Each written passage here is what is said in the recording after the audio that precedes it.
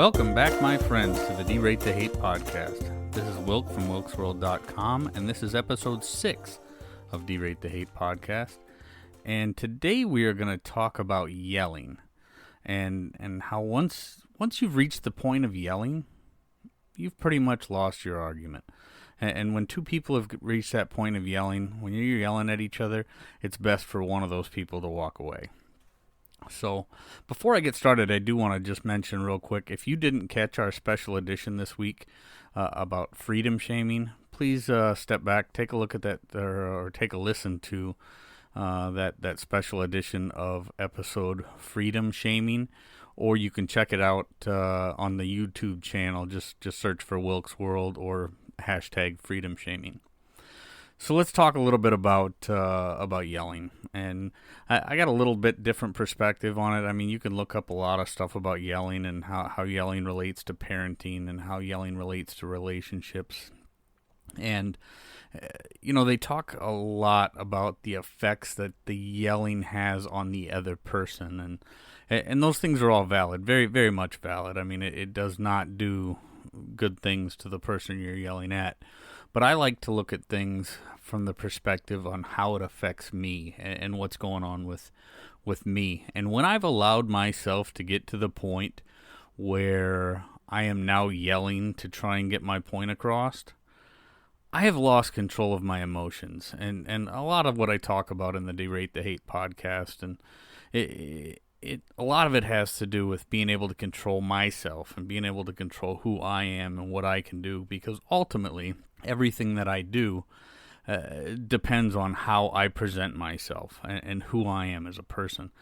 So when I talk or when I think about yelling, if I've gotten to the point where I need to start yelling to try and get my point across, I have lost my ability to make my point effectively. And I think that is so important when you're looking at, I don't care whether it's a relationship or whether it's with your kids or whether it's with the people that you work with. If you've gotten to that point where you've lost your emotions to the, you've lost control of your emotions, and now you've resorted to yelling, your point is almost moot at that point. So, just think about this. If you have reached the point where all of a sudden you've got to raise your voice and you are actually yelling at another human being, where are you mentally? Where are you mentally? You have reached that point where you can no longer control your emotions, and once you've lost control of your emotions, you've lost control of your ability to think logically. You've lost your ability to use reason and make an effective point. Now, I don't mean when your kid's about to touch a hot stove and you instantly react and pop off with a, "Hey, get away from that stove," or something like that. That's not what I'm talking about. Obviously, that's not yelling out of emotion. That's not yelling out of anger. And sometimes those things are going to be very necessary, and even though it may startle your in the case of my daughter, I got a very, very young daughter, and it might startle her and she might cry or something. That's not going to hurt her. That's not going to do anything but actually get her attention right now and take care of the situation that needs to be taken care of immediately.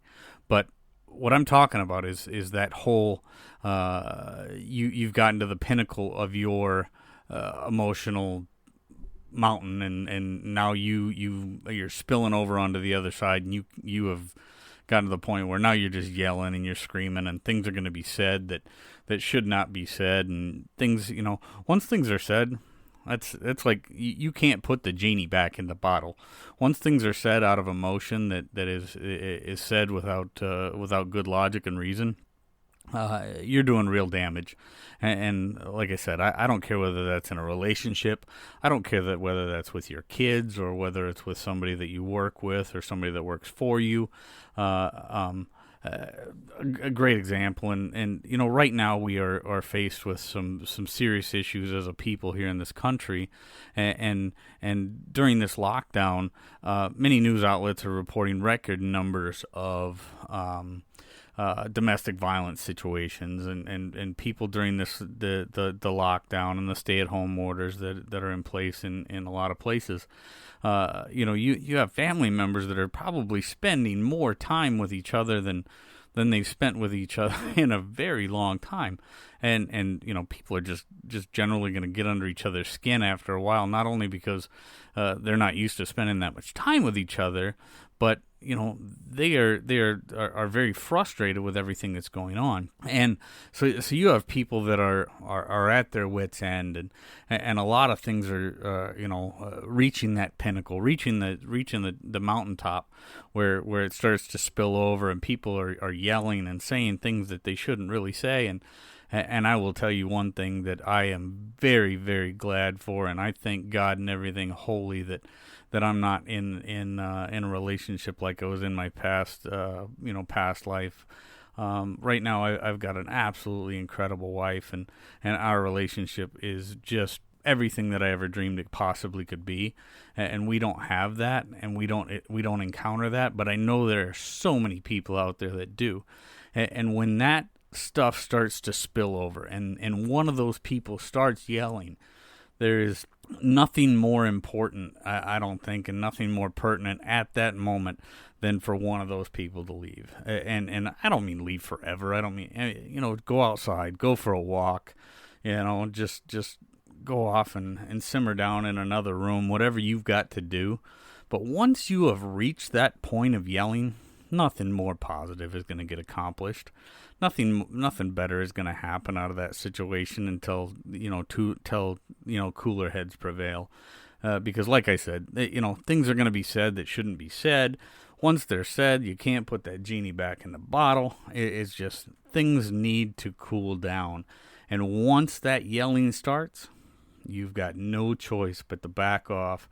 One of those people has to leave. Do absolutely whatever it takes to just put the brakes on the situation and start over at another time, whether it be 5 minutes, 5 hours, 5 days, whatever, whatever it takes, because the situation will not get better if the yelling is to continue, because emotions can just do drastically bad things to actions, and those actions can turn into much worse things. So anyways, I'm going to cut this short. This is not something that I'm going to carry on for very long. So what I'm going to do right now is I'm going to go into a good deed story, just like I do each Derate the Hate podcast, and talk about a good deed story that I've found that goes against the whole doom and gloom media narrative.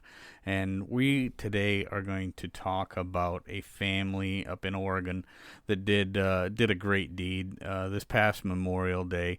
As you may or may not know, that most of the national cemetery, all the national cemeteries and veteran cemeteries were closed for visitors. So an awful lot of our fallen heroes from years past, their graves went unvisited this Memorial Day, which is just absolutely tragic.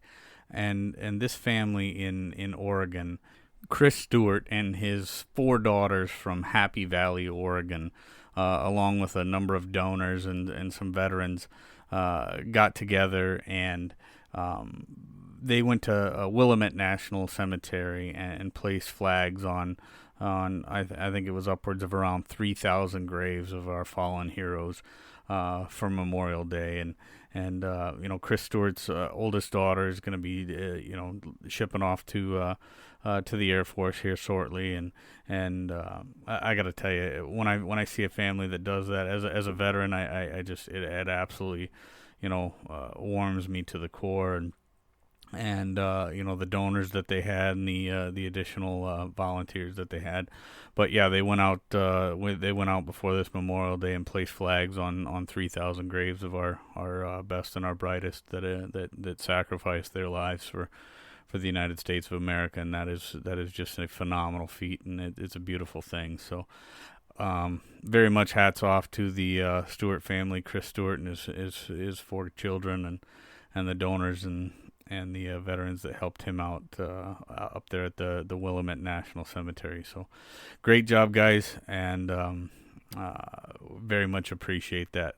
With that, we'll wrap it up, and I will say, when you do get back out there, be kind to one another, be grateful for everything that you've got, and remember, it's ultimately up to you to make each day what you want that day to be.